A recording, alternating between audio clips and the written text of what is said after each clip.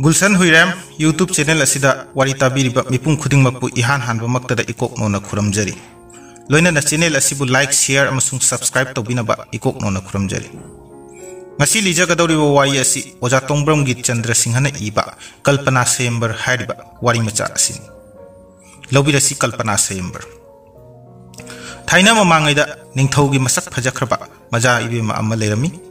Masak Pajaman Kredana, Bor Tiba Kangdrabada, Ningtauna Soyambar Daugani Haiduna Lautrok Lalami. Adubu Ningtauna di, Mahaki Manai Asan Basingi Marakta, Makok Maming Panduna Taktrabasu, Misak Amada Pining Lami. Borgi Matikti, Kari Oibatai Haiduna Asum Kanarapada, Numit Humni Lebak Miam Tanadiba, Wari Libangam Labdi Mamak Ibungo Oiba, Aduka Karigumba Libangam Dragana, Maruko Laga Minai Lusang the Tamba Haiduna, Lebak Miamga Warip Naki. Adugum Laba Pauzela do Tabda, Mahai Heba, Matik Leba, Ningtau Macha, Mantri Machakaya, Libak Jing, but my tea cree. Matwai Jauba Micham Pakang, Pajabi Pamba, Lisinkaya Minai Oikre, Karamba Kanana Lauragadova. Lebakaya gi pakhang kaya mairan bi mapaina khaidin thaumai utongda mongpham thibagum awapam da taki wafam sing adbu tabada juarda angamba makhai mingondagi puduna tharam laga mangak na duna sikhiba chawpagi macha chawnuna mama chawbi da hai ima ai laibak jengurage mama chawbi na asum haina khumlagi kari wari liu godarui bano ibungo nangbu napagi na tawtam duna laibak jeng laktabra Yaw wadana kangnung nungaiba naraibak na teng ausin nanu. Macanu pa chawnuna asum haina khumlakhi. Aikoi baji gi wari hekta lirurage ima. Mama chawbina khumlakhi kanaroi angang na khoi baji bu masak khangdaba magi sentha sel punaba marau khangdaba mi tangi lebak asida lamhenba mapagi machani chawnu.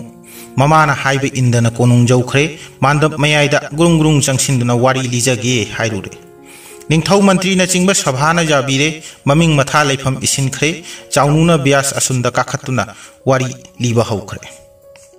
Joy muni na hai tabra siut parikit ningthau ka amatta yaudana chawnuna hai ekhoi baji gi san angoba potma ama leirami maduna lau pari chawwa chawwa nongmuda khoiba ngami baji na uba laudu lebak na kumhai oina jengnei Thabak sugani chatkani kanamata ningsingnade hiyang tanabada tinba mi budi baji na jeta sajai oida langol pairaga machin artiti lauduna lau khoiba jengba lakpa pakhang leisabi ahal laman singi masingna heli leibaki mi punamakna mana lau uraga chagani haibagi matagum jengduna ngaiduna lei nongmagi wanati thamapan lau ubadu bhabok wati bajina lau ubasi ubi haubra pautabi haubra leibak macha sing Asum haina chawnuna hanglakhi mayamna khumi tade uhaude kharana nakhoi baji di juwari ni lau ude kharana madi sanjura di hayuna hodong nama phabuloi khide chawnuna nongmadi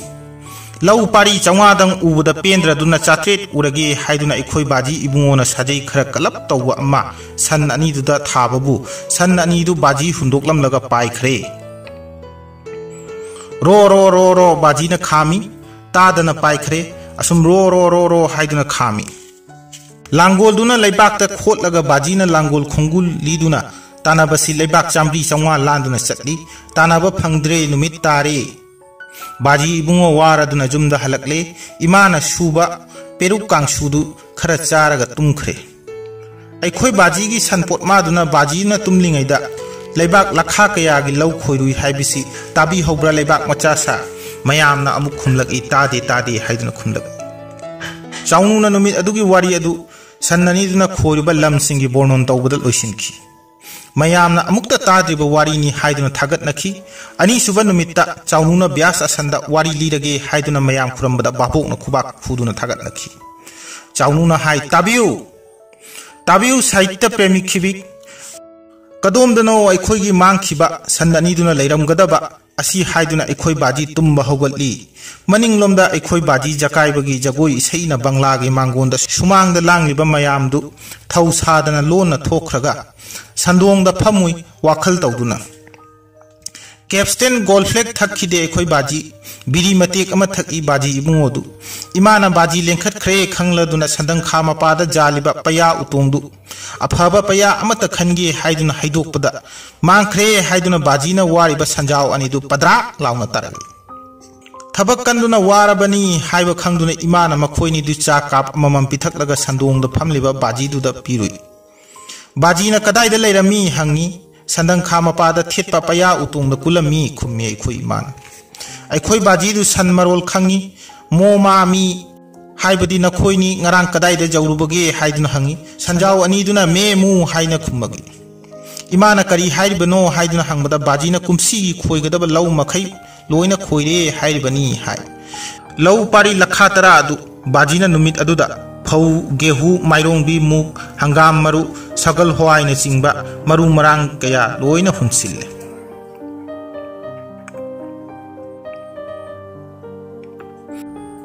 मथंगी नुमित्ता महै सिंग अदु लोक्तुना कोनुंगी कांजेइबुंगदा हिमालय मुक वांगना मरु मरांग सिंगदु इमा इचा अखोई अहुमना पैखतली हाइबा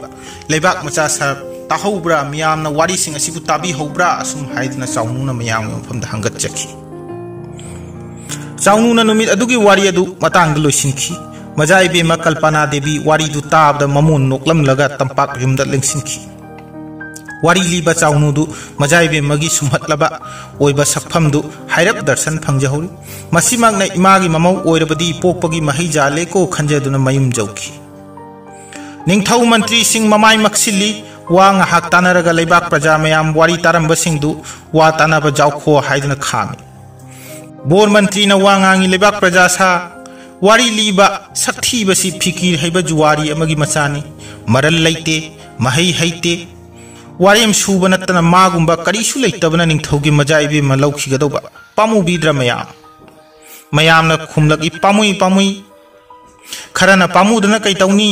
हाइना खिबा मतुंग इन्ना हाइंगा ममाई पाकना वारी लीरबदी माना लौखिगदौरी मबुक फत्तबा निंगथौना बुद्धि ताकी मयामदा कल्पना सनाबु लुख्राबी मचा अमदा थाजरोइसी हाइरबदी हाइंग लीगदौरीबा वारी मखा अदु मयाम महाकना वारी लीबा लोरगा ताहौब्रा हाइदुना हंगलकपा मतमदा मयाम चपचाना ताहौवी हाइदुना खोंजेल अमतदा खुंबिरउ अदु ओइरबदी अइगी इजा इबेमा असे सक्थीबा लुख्राबी मचा असिगी मफमदा लुहोंद्रबसु यागनी असुम हाइना वा तानादुना मयाम शोभा अदु काइखी कैथेल कुमक्पा मतमदा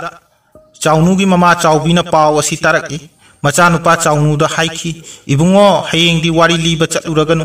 निंगथौ मंत्री ना चिंगबा अंगंबा सिंग मबुक फत्ते मयाम तानादुना इचाबु माइ थीबा पीगदौरी हाइदुना चाउबीना कप्पी कप्पदगी मपांगल सोनबीदु चाउनु मपानी सिंगना ममिंगदी पन्ना चैबोय करिबोय मुरुम सोली माना मरम उगलम लदबु मचा मरम उगलम लोइद्रा सेटपा चाबा ममानबगा मिमाना रक्त्रबदी लाइबक जिंगनिंग लपसु दुंगाई मिनाय ओइरा ओइ ममाक इबुंगो ओइरा ओइ ममाना कपचबा मतौ अदु उबदा चाउनुना ममादा कपनुसा थीरुगनु हाइदुना थेमजिल्ली अदुगा थांजौ अचौबा मा पाइरे हाइरेगा चिंग काखी चिंगमीगी लेंकोट नम चाउरो अमा सारुरे ममाना चाक लोइरमदुना चारे लेंकोट पोलांग पुदुना चखरे ममाना पान मना लौबा चलिब्रा हंगी नते इमा वारीगी मचाकनी हाइदुना चाउनुना खुमलगी नुंसा थीना ngakna mama leihauri karam thoklagdaba icha pakhang ase ngasidi ahum suba numit jawrakle ahum suba numit ki wari liba jawraklabada chaununa ningthau sabha da kakhalam numit adu konungi mando bhabok phamba chandre phaglang mari maksitha duna migi samudrana lampak akoi badu tauthokre minin na omchak narakpadagi saurakpa humang duna chintha duna langpak tu khujeng jongna lekhom thokre chaununa lengkot polang poduna changlakpada bhabok bindadu bom taram daida konungda lanmi lotpa gumna chi bias asan manakta lengkot polang thammaga chaununa wari horom daigi miyam da makok noli ahal laman na mangol oyu haiduna bor pinabiu asum haiduna miyam gi mafam da khuram jeki miyam na mangol oyu haiduna bor pinakhi Mopa खंगहुबा कनाना मागा मताउ सानखी बाजी कौ ताकपी बजावी फिरान ममाई चुम्मिंगै मरुक वाते मिरम लेंदा पलेम मानबी वागनबी कनानम पारी नंगबु ngasi करम थोकलगदबा हाइदुन नुंसा मपी सांगना होबो याव चाउनुगी वारी ब्यास आसन द फमदना वारी हौरी क्वा चादे हैग्रु अकंगबा मचेत अमा उमलगा इपा इचा अखोय अहुमना लोकपा मरु मरांग दु जोनबदा लुपा करोड़ 10 सिटली लेबाक लेबाक तगी सोदागर कयाना लाक्तुना लैखी मधुगी सेलदु श्रीयुत इबुंगोदा थंबीखी अइना पाखंग फारकपा मतमदा लुहोंगबा मतिक चारकपा मतमदा इबुंगोना पिबीनी हाइदुना ताकपीखी लेबाक मचा सा वारीसिंग असि ताबी हौब्रा हाइदुना चाउनुना लेबाक प्रजा मियामदा हंखी मयामना ताहौई हाइदुना माइकई मरीदगी लाउनरगी निंगथौ मंत्री इंगक ngaklingai चाउनुना वारी लोइजरे हाइदुना शोभादा खुरम स्वयंबरगी संजाबा जज सिंह कल्पना देवी लुहोंगबा मतिक चाद्रे अताब वारीना लोइसिल्ले हाइदुना लाउथुगी चाउनुना वाकलमी मजाइबे मा पिबीरोय तोक्प्यू इपाना थमलंबा लुपा करोड़ 10 दु पिबीरो हाइदुना मियामगे मफमदा हंगतचखी ममाई मुसिक उसिल्लबा निंगथौना केसीआर दा करोड़ 10 पीखो मचानुपी दी पीरोय हाइदुना इकाई खांगदगी हाइखिरमी केसीआर ना ट्रेजरी हांगदुना जियंगबदा लुपा करोड़ 5 दा मंगाइरी हाइरमी अवाटपा करोड़ 5 अदुगी महुत मजाइबे मन सिनबा यागदरा हाइदुना निंगथौ मंत्री ना हंगबदा चाउनुना व्यवहार काइनिंगदबगी तपलबना high मयारे हाइदुना खुंखी स्वयंबर Chowna तौदुना Lemna Kalpana Devi चाउनुगी मगक्ता कुंदो परेंग होक्तुना assume हाइना लुहोंखी